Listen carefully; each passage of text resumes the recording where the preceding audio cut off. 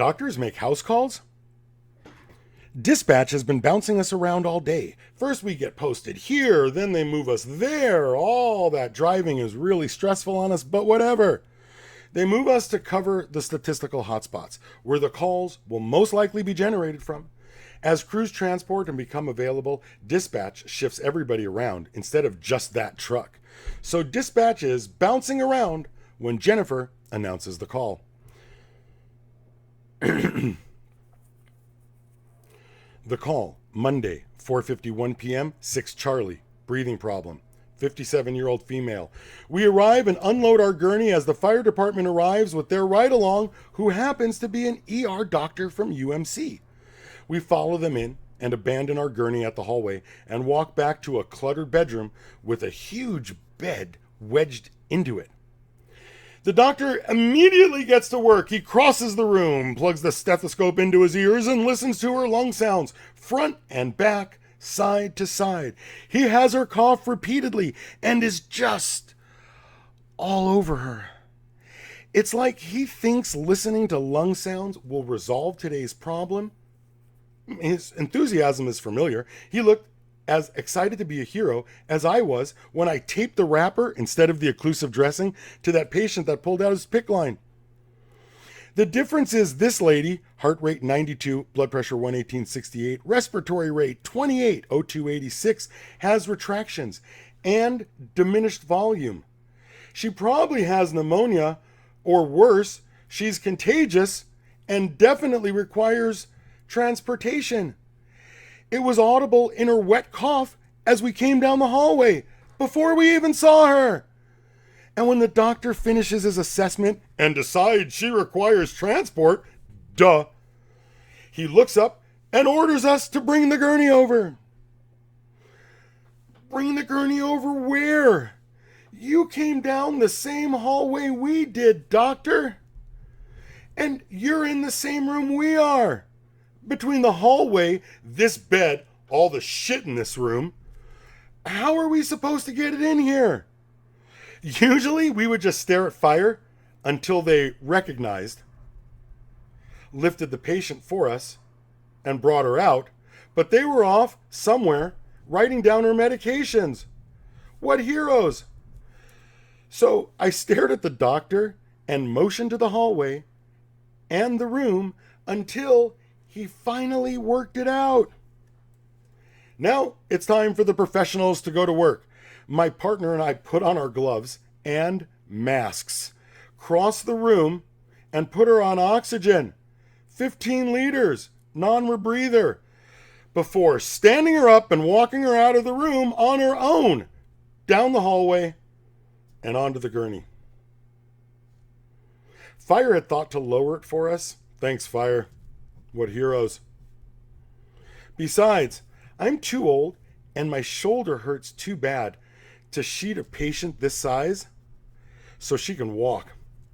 Then it's out to the ambulance where the fire medic and my medic get in the back of the truck and work her up. Heart rate 90, blood pressure 118/70, respiratory rate 22, O2 91. I am left standing outside the rig with the doctor who knows exactly what he did and doesn't quite know how to start the conversation because he knows he failed to follow standard precautionary methods. He also knows the fire medics failed to protect him. The doctor is cool though. After all, he is an ER doctor and decides to go for it. He looks at me and asks how he did. Remember, I'm an intermediate. The doctor is asking the intermediate, not the paramedics, how he did. So I asked him, did you get her insurance and identification cards? And it was in that instant that he understood our job is to transport. We don't diagnose and treat on scene. We take people to the hospital and fill out paperwork. Sure, sometimes they're actually sick and require immediate intervention. But 99% of the calls we run are nonsense.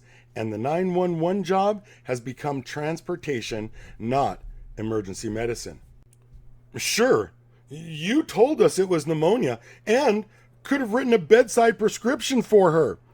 but whether or not she had pneumonia was irrelevant. The decision to transport was made long before seeing her. The decision was made when Jennifer assigned me the call. The decision was made when we saw her age. The decision was made when we heard her cough back in the hallway, when we saw her medication list.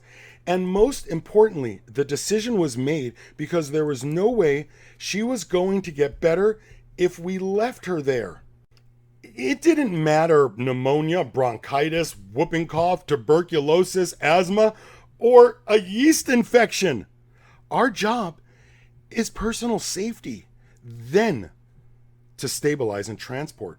She required oxygen and transportation. You saw she got better just from the O2 mask. Where's her insurance and identification cards? Why didn't you use universal safety precautions for yourself or put her on oxygen before evaluating her? She was short of breath, right? You heard her wet cough before you even saw her, before you even listened to lung sounds. Yet you were still crawling all over that sick patient with no protective gear. Now you will take all those germs back into your rig and onto your next call to your next patient. No bueno, doctor. You should know better. And that's why they have a word for hospital-borne infections. If I smoked, I would have thrown my cigarette into the ground, stamped it out, and walked off. Boom, dropped the mic. And after that, the doctor was my biggest fan. Whenever he saw me at the hospital, he would come over, shake my hand, chat for a moment, tell that same story to the nurses, and introduce me to my friends as a super great EMT, that he can't wait to see me as a paramedic. Oh, and the patient was fine. It was pneumonia. They gave her some meds, sent her home. Nobody really cared. Stay focused. I made a new friend. Doctors make house calls?